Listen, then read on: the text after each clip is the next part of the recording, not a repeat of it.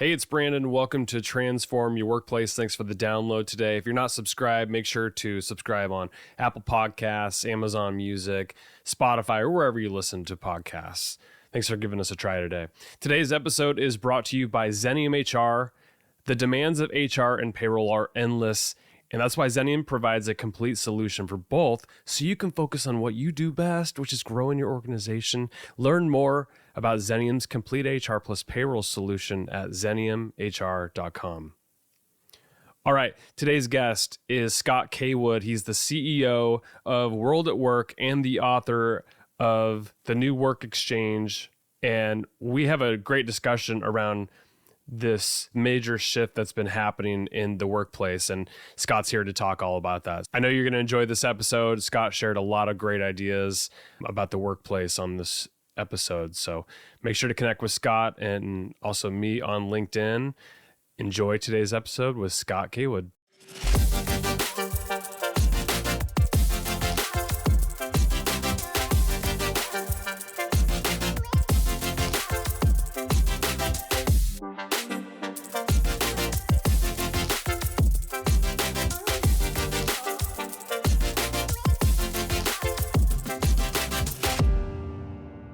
Hey, Scott, thanks for coming on the podcast. Appreciate you. Very happy to be here. It's lots of fun things to talk about with this thing called work. So I'm glad to be a part of the show today. Thanks. Yeah, work is complicated. And you wrote a book called The New Work Exchange, Embracing the Future by Putting Employees First. Let's start by what's the new work exchange that's emerging? What do you mean by that? Great question. So when you think about an exchange, it's what I do for you, what you do for me. And typically may have looked at that as the social contract between employers and employees, managers and subordinates, whatever that, those exchanges that need to take place for a person to do their best work. And, as you think about work and the exchanges that you give, it's what you give and what you expect to get. There's just been a tremendous amount of change happening in the last decade. So Forbes gave me a call. I'm like, yes, I love talking about this. So we ended up putting it together in a book that came out a month or so ago. Yeah. So you said this has been happening for a decade. Was that escalated during the pandemic over the last few years? Did it just completely shift drastically? Yes and no. It's a little bit of a mixed bag. But, as we think about work as a construct, and it's that question we all get asked every time we meet someone new, hey, what do you do? There's a lot packed in there, running around our own ego, our ability to think that we contribute to something bigger, maybe better than ourselves. So work as a construct has been around, as we know it anyway, as humans, for around 12,000 years. Now, the vast majority of those 12,000 years was in the hunting and gathering phases. So you worked 3 hours a day, and then over time, certain things began to happen. For example, they decided to start hunting much bigger animals, and that required a coordination of work. You had to get organized because one person running around with one spear really couldn't take down a big, massive mammoth, but you could if you had 5 or 6 people. So we begin to see these tweaks about work over time. And, we get fast forward work to, in its history of those 12,000 years to around the 1800s, work had a big moment where we started making things ourselves. We moved from farms to began to make things. And that transition alone set work in a very different direction.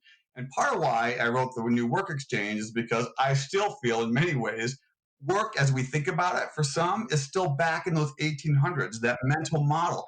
And work has nothing to do with the work we did in the 1800s. So that's a little bit about how we got here. COVID did bring some things to fruition earlier. We're seeing some backtracking on it now, like remote work. But it did have an impact on making us look at work as a different construct. And we're still looking at it, I think, differently than we did before COVID. So it's a good thing in many ways. Yeah, you talk about the old way of doing work. So the Industrial Revolution, I think you call it 3.0, and now we're into the 4.0. What are the factors that are driving the 3.0 to 4.0? I mean, there's something that's obviously shifting. I don't know if it's what people want, if it's technology, if it's all of these things, but yeah, what's driving it?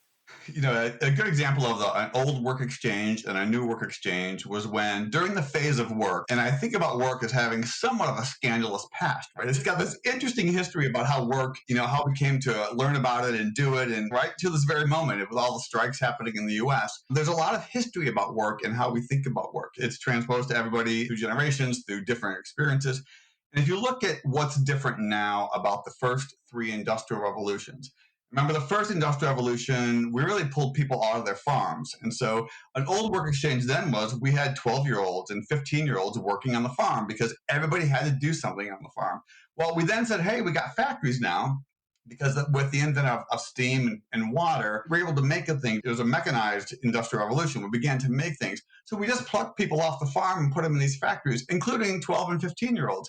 That's a good example of a very much a tangible old work exchange and new work exchange. Now, we know, looking back, that wasn't a great idea on many levels, but that's a good example of how a workforce that we had at the time, all on farms, tried to be then just moved to the next thing, which was this factory model. Didn't work very well whatsoever.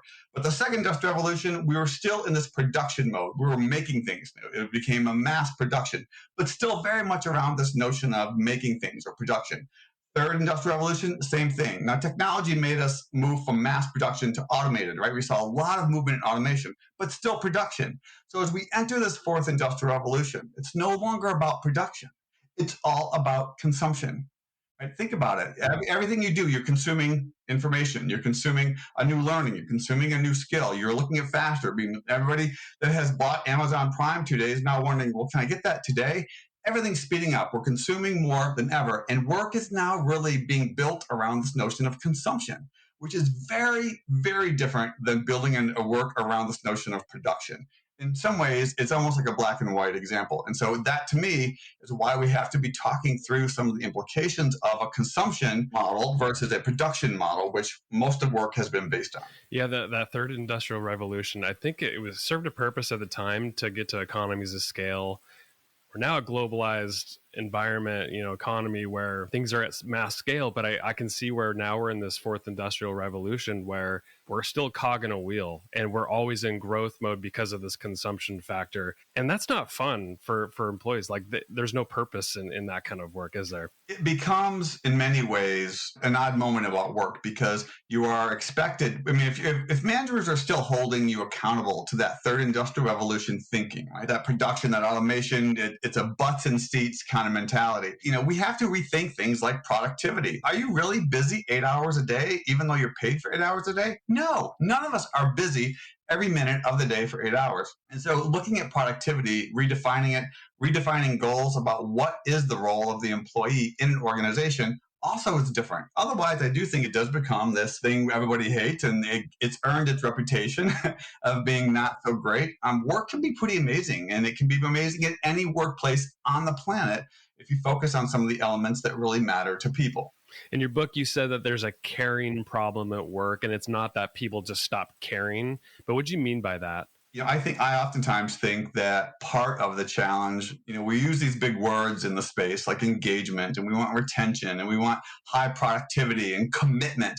These are very big human deliverables that don't just happen randomly. They're not magically imparted on an employer to an employee, and everyone shows up just ready to go, giving you everything they need to give you. So part of it is you have to care about more than just what's in front of you. And for decades, I think we have focused on just the employee aspect of the relationship. But we forget sometimes there's a full human being that is in that employee position. And we have to think a bit broader about how we tap the full human. And that could come across in terms of how I engage you, how I listen to you. Do I talk to you before I make changes that impact your life? We're still human, and we're now in a workplace. And so organizations that spend too much time on the employee only, because that's my relationship with you, are never going to tap the full potential. And when you do too much of the focus on the employee and not enough on the broader passion or purpose, people stop caring. And we saw that a lot during COVID. We had to redefine what an essential employee meant, right? It was people who were serving food. That's a very different view of essential workers than we had prior to COVID. But all those things sent messages about who were important, who is important, and who should be important moving forward. And all those things, I think, impact whether or not people really care about your brand, about your customers, about coworkers. And those are all prime things that we want a level of care for that's pretty high. You describe yourself as a work nerd, so that probably means you do a ton of research and look at data about the workplace. So let me into your thinking a little bit more in terms of the research and the data that you're uncovering and studying. What are you highlighting, both from maybe a positive trend and even negative trends, like things are becoming obsolete and are shifting away? I'm just curious. I think there's quite a bit happening at work. If even if you look at just the fact that in the U.S. in 2023, we've already had over 230 strikes, right?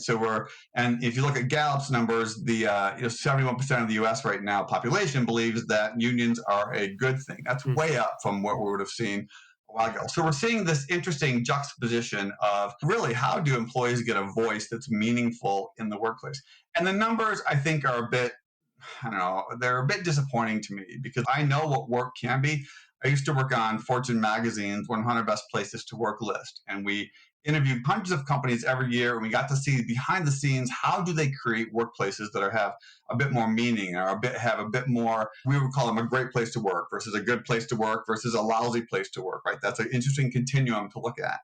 So I do think you will see the data that says, work's okay. It's not horrible in the US. It's not also magical or pretty amazing either. We're kind of in this middle zone, which I think is unfortunate because we are paying a lot more for labor right now, given the last 2 years. I can see that trend continuing as we try to balance some of the inflation issues. But I think the comp alone is one aspect. But are we willing to embrace that full person that comes into the office or into their home? I work from home now full time because it's one thing to say, hey, bring your full self to work, Brandon, and fly your freak flag, whatever that is. There's a very different process, though, if I really enable that to happen. It's one of the jokes we use around being a good place to work and a great place to work. Good places to work have nice benefits, but great places to work actually let you use them. Right? You can take the PTO and not be bothered. You can actually disengage for a bit and rejuvenate. So there's a lot of data, I think, floating out there. I would encourage organizations to be very sure they understand what's happening internally and how can they impact that employee experience and maybe in a fresh way or a different way. Because if they're still using comp programs, total reward programs, hiring processes, performance reviews, we can fight about performance reviews all day long. We know there's, for example, a migration toward less organizations using them, but also a lot less using any numbers, 1 through 5. I'm a 5, I'm a 4, I'm a 3. We've seen the numeric things go away. And that's a good thing in many ways because it gives you a bit more room to talk about what might be important to that relationship and that individual. So I don't know if I've answered it directly enough your question, but there's it could be better too, I guess, is my final comment. Work could be better for a lot of people. Yep. You put a quote from James Baldwin in your book, and I want you to unpack it for me and just talk about the significance and how you're seeing this play out in the new work exchange. So the quote says, "Not everything that is faced can be changed, but nothing can be changed until it's faced," end quote. What do you mean by that? I'm a big fan of being pretty direct. So if I have to tell you some hard news, I just put it out there, right? It's never really the news about what happens. It's, are you willing to say it, and do it? And that gets to the areas, Brendan, of transparency. And do people really understand your organization in a way that sets them up for success? Do they understand the promotions process in a way that I can adapt my behaviors to achieve what I want to achieve, whether it's my compensation, my rewards, my recognition, my promotions, whatever that is that you want, the experiences, the learning, the development. There's oftentimes a lot of these processes are really hard to navigate. There's a lot of unwritten rules that exist in workplaces. I had a CEO one time that was fanatical about somebody wearing white socks. He hated white socks. He had this pathological obsession with white socks. And if somebody came in white socks, we knew it's going to be a really rough day. So we had to put it in a policy manual, right? No white socks. And I'm like, gosh, that really goes against everything I believe about workplaces, because really that's an issue that manager had because he had power, right? He was a CEO with power versus maybe someone else who might have liked white socks. It's a fun example that may have not impacted performance, but you can see this notion of, are you seeing what's really happening? Which is why I put that quote in there. I'll give you a quick example. I visited a manufacturing facility. They make makeup. You'll see, I used to work at Revlon. This is not a Revlon story, but another company. And I was greeted by big security guards who went through my backpack. I saw them go through employees' backpacks and purses, looking around. As employees left the manufacturing facility, same thing. Purses, backpacks, everything. I get into the manufacturing facility, big poster on the wall, the 5 core values of this organization. The number 1 value, trust. Trust. Here we go. So, it's okay to have trust as a value. It's great. It's okay to also search people if you want to. But when you put them together, it becomes an inconsistent message that really robs you of other promises that you may make that no one else is going to believe either. Because every time I come in or out of here, I'm searched. But you're saying trust and integrity, I think, was the second one. So part of that quote is to really figure out, let's be okay with what's really happening and deal with it versus a value on the wall that we know really isn't how we do things around here anyway. And we're just trying to placate or get through it because it's on the wall and we don't know what to do with it. We have to know what to do with these things. Change the value to anti-theft if you want in the manufacturing. Right. That's okay. Be real with people. And that's really where that quote comes from. Yeah, it becomes lip service at that point. And if it's not the values or the words or the things that leaders are saying aren't backed by behaviors, and that's like stretched across the organization with what we expect, then it really is lip service. They conflict. Yeah, and it destroys trust. Trust is a very fragile commodity in workplaces, and it can be blown pretty quickly. I think you're seeing that a lot in what's happening with, even look at the three big automakers in the U.S. with compensation, right? If you've seen the interviews lately, they tried to explain why they were paid the way they were, and I think it was probably a difficult conversation, and I don't think it went the way they would have wanted it to. When you took over at WorldatWork, you talked about focusing on two things that most CEOs that keeps them up at night, and they probably avoid it at all costs. What were those things that you focused on when you took over? It's really around the notion of growth. How do we get an organization? In that case, it was around 80 years old at the time. Really to act like a startup. I follow business cycles quite fluently in terms of where organizations are because it impacts what they can do, how much cash they have, and how risk averse or risk supportive they are. So for me, WorldatWork is really about turning it into a growth, really a better value creation for everyone else. And the second one was its people. How do we take an organization that had its history and maybe change the trajectory without kind of alienating the employee base? And so it's really around this culture and growth and how do you kind of blend them together differently to get to a different outcome. Not very easy, right? Because you don't want to be a CEO that comes in and starts changing everything because it's hard. You already have low trust, if any trust, because you're like, who is this guy? In this case, me. So I really wanted to focus on this notion of taking the current culture, moving it to a different spot, taking the current abilities, capabilities around growth and moving it to a different spot. Mm-hmm. By focusing on people, I'm sure you've run across the fact that a lot of people don't necessarily just want a job. They want a career and to contribute to something that's more meaningful. So what shifts can organizations make to really match what people want? They want a career, they want work to fit in with their life because they're a person outside of work too. So what are, I know that's a lot to unpack, but maybe what are some things that organizations can do to make that shift? I would definitely look at making sure that you're aware of what that employee role is doing, but also does that align really well with what that human or that person is also after. It's not just CEOs that want to leave a legacy. I mean, I may be letting the cat out of the bag here, but every employee wants to leave a legacy. Nobody on this planet starts out wanting to be mediocre at work. No one, right? We start out wanting to do great stuff. So you have to define what that might look like for this person and that person. It is an individualized approach. I mean, I know that you've talked quite a bit about this year of the individual, and I think that's spot on. That's exactly what it has to feel like. So you've got to take the time. We're not in a mass production environment anymore, right? So a consumption environment means it is more personalized. Even things like total rewards and compensation, which we have designed for years on the mass scales, can also be changed. We're seeing lots of shifts in compensation, moving from biweekly pay to daily pay, moving from checks to you can go get your cash out with an ATM card every day if you wanted to. So there's lots of things that are happening to try and meet that individual. I just find that it's a little bit unbalanced with the amount of focus put on work and the workplace and the employee versus that full person sitting there and trying to do both great stuff for the individual and great stuff for the employee. It doesn't have to be a juxtaposition, right? It can be much more blended than we have made it today. So I would start there. Let's just see where there's alignment. And let's face it, some of our jobs are boring. Some of the jobs are routine. That's not going to change dramatically. So it's the outcome, though. A great example, I visited SC Johnson. They make Windex. And they were showing on it's a very nice manufacturing facility.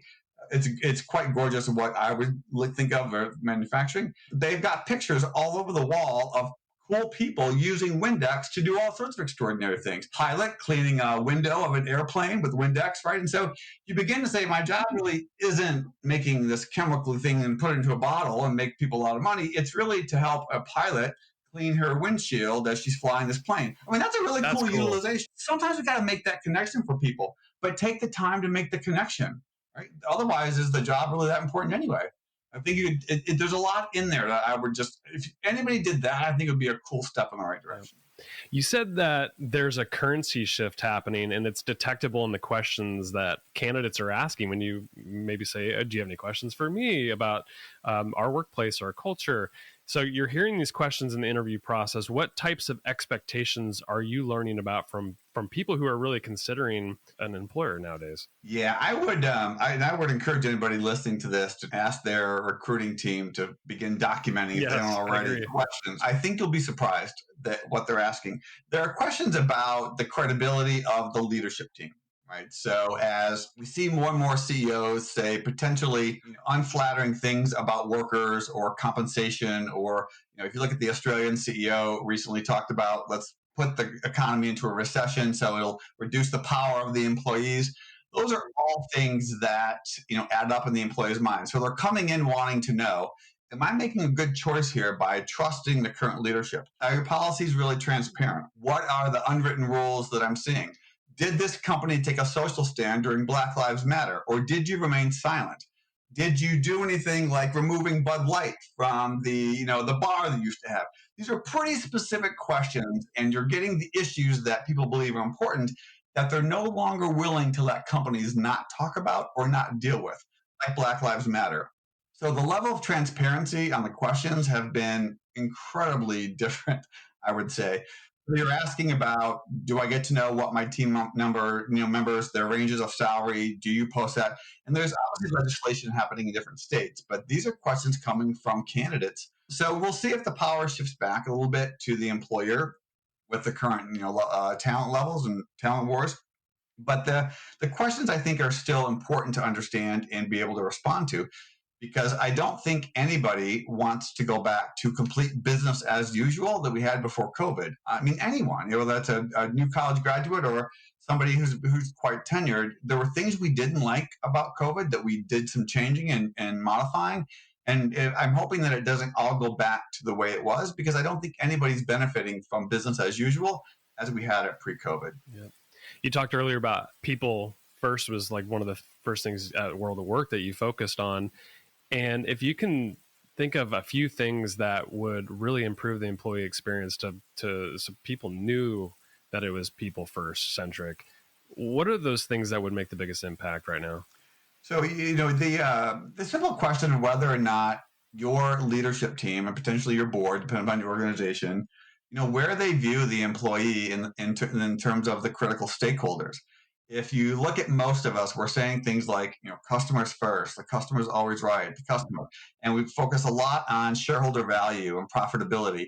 And what oftentimes is mentioned, oh yeah, and we really care about our people, or sometimes we'll hear phrases like they're the most important asset.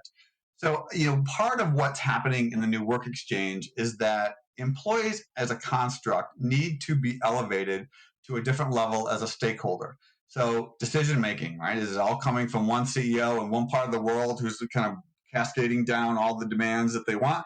Or is it a shared experience where we figure out, not by your title, but by who knows the most about this particular issue, let them make the decision, even though they're not a VP, even though they're a new hire, even though they might be younger. Right? Do we spread out and really put the best person forward for the job, regardless of some of these hierarchies and things like location or proximity to the headquarters? These are all old constructs that were necessary during the production time, not necessary during the consumption times. So involving people in the business in a very different and more meaningful way, I think, is a key to do. And that's a big ask, because you are shifting some of the focus. Maybe it's how you pay, when you pay, your total awards package, right? That could be different. And it's not to say that the board or the executive team aren't important. They're an equally important stakeholder. But you're going to have to level out the imbalances where the employees are an afterthought and they're not a really critical stakeholder, because they are the future of your business. And so that's really part of what we're looking at. Take your stakeholder groups, there's probably 5 or 6 of them, and see if that experience is somewhat equitable, or maybe can you make it more equitable? And let's see what happens in your organization. My sense is that there's an imbalance there that may be costing you more than you think. Mm-hmm. Yeah, speaking of stakeholders, so you wrote this story about a candidate, and I can't remember if it was a candidate that you were possibly interviewing or if it was a story, but you wrote about this candidate who exclaimed at the very end of the interview, "I'm all in." And that's a really interesting reaction. So unpack that scenario for me, and how, somebody a hiring manager or a leadership group that might be interviewing talent to come into the organization, how do you bring somebody along so that they say something like that? I'm all in. And they've never worked inside the organization. They're just going off of your word. But how do you back that up so you can get people coming along and becoming a stakeholder? It's this interesting dichotomy of, even if just looking at the interview process for a moment, or in the old work exchange perhaps versus the new work exchange. Maybe it was our mental model is, I'm going to interview you and I'm going to see if you're the right fit. Maybe we hire for culture fit. We've heard that language before, which was never a great idea, by the way. We should always add for cultural add, like, where's the organization going, and find people who can get me there. I don't necessarily need more of the same in any role, right? We don't necessarily need that. So I think what you're trying to do there is shift that dynamic to where it does become a true conversation about the exchange. What's in it for me? What's in it for you? We, in this case, me could be the organization. And you're trying to find those overlaps that really are meaningful, whether that's giving back to the community. Maybe you have a day off, an extra day off, so you can go volunteer at the dog society because you love rescuing dogs. There's connection points that become really meaningful. And if you send the message that, we're testing you right now to see if you're good enough, I think it's a failed interview automatically, because you're never going to get the real stuff out. And let's face it, an interview, we all say things anyway that we may or may not mean. But when that genuine connection happens, when it's fairly authentic and you hit on something, it could just be one thing. It could be a combination or a love of 80s music. I don't know. It doesn't really need to be anything that specific. It's just a thing where you connect. People begin to buy into what the message are that you're really asking about, what you stand for, the things that you can achieve here, why it's a cool idea to join us. Those should also be part of the interview process. And oftentimes, I think people take a reserved approach, and they're very much, hey, prove that you're good enough. I don't think that serves anybody, including that candidate, in the long run. Mm-hmm. Well, let's wrap up with this. I think the world's changing pretty fast, and I think technology is a big thing. AI, automation. I also think the needs of people are changing drastically. Just maybe that was pandemic related. Maybe it was always underlying. But as organizations, as leaders, as employees inside of an organization, we've all got to adapt, because if we want to gain momentum in our organization and grow, we've got to make some changes and adapt with the changing world. So how do we go about that? How do we adapt to this really fast changing environment? This is a great question on many levels. And I would encourage people to go ahead and use their gut feeling, right? As humans, we have these innate reactions to things that we don't like, whether it's the tone that someone uses, or it's the decision that someone's making, or it's the policy that we all know is a bad policy, but we do it anyway because we've got a crazy CEO and he hates White Sox, right? You've got these things that we know inherently aren't working. Work as a construct wasn't working all that well before COVID. So one thing to do is to think about, where are all of those points where I tend to see that are rough for our employee experience? And have you designed an employee experience to do what you really need it to do? Do you need it to have more engagement? Do you need it to have more excitement, have a bit more fun at work? Do you need to reduce some of the policies so that people can make their own choices about what they want to wear, to work? I think looking at some of these things that we take for granted, that really do impact employees. I mean, I'll tell you right now, it's a bad time to have a bad boss, right? It's an expensive moment in time, because people don't want business as usual. They want to bring their full self to work. They want to have a job that has some degree of security and care, and shows that they've got a purpose to do something. So a bad boss right now, I would say, is way more expensive than it would have been before COVID. Thinking through some of these elements of the ideal employee experience, whatever that means for you, would be a great next step for anybody here. And my last comment around time. The average human being right now has an attention span of 8 seconds. 8 seconds. Right? It used to be 11 before COVID. We're now down to 8 seconds. You've got 8 seconds to tell your story. You've got 8 seconds to convince you to stay connected to this, even to this podcast. So you've got 8 seconds to explain a bit about what you want done in the workplace. So I would say make those 8 seconds count repeatedly and reinforce it every chance that you get. Scott, your book is The New Work Exchange, Embracing the Future by Putting Employees First. It's out. It's been out for a month or so, right? So people go get it. Where else can people connect with you? Where do you want to point people to?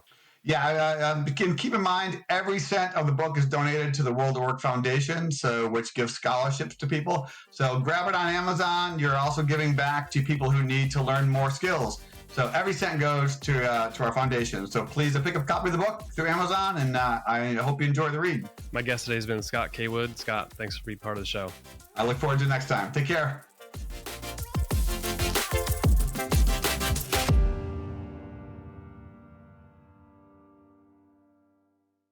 The views, thoughts, and opinions expressed are the guest's own and do not represent the views, thoughts, and opinions of Xenium HR or the host, Brandon Laws. The material and information presented on Transform Your Workplace is for general information and educational purposes only. Xenium HR or the host, Brandon Laws, does not necessarily endorse any guest, their business, or any organization they represent. Discretion is advised. Please work with a trusted advisor to find a custom approach that fits your organization's needs.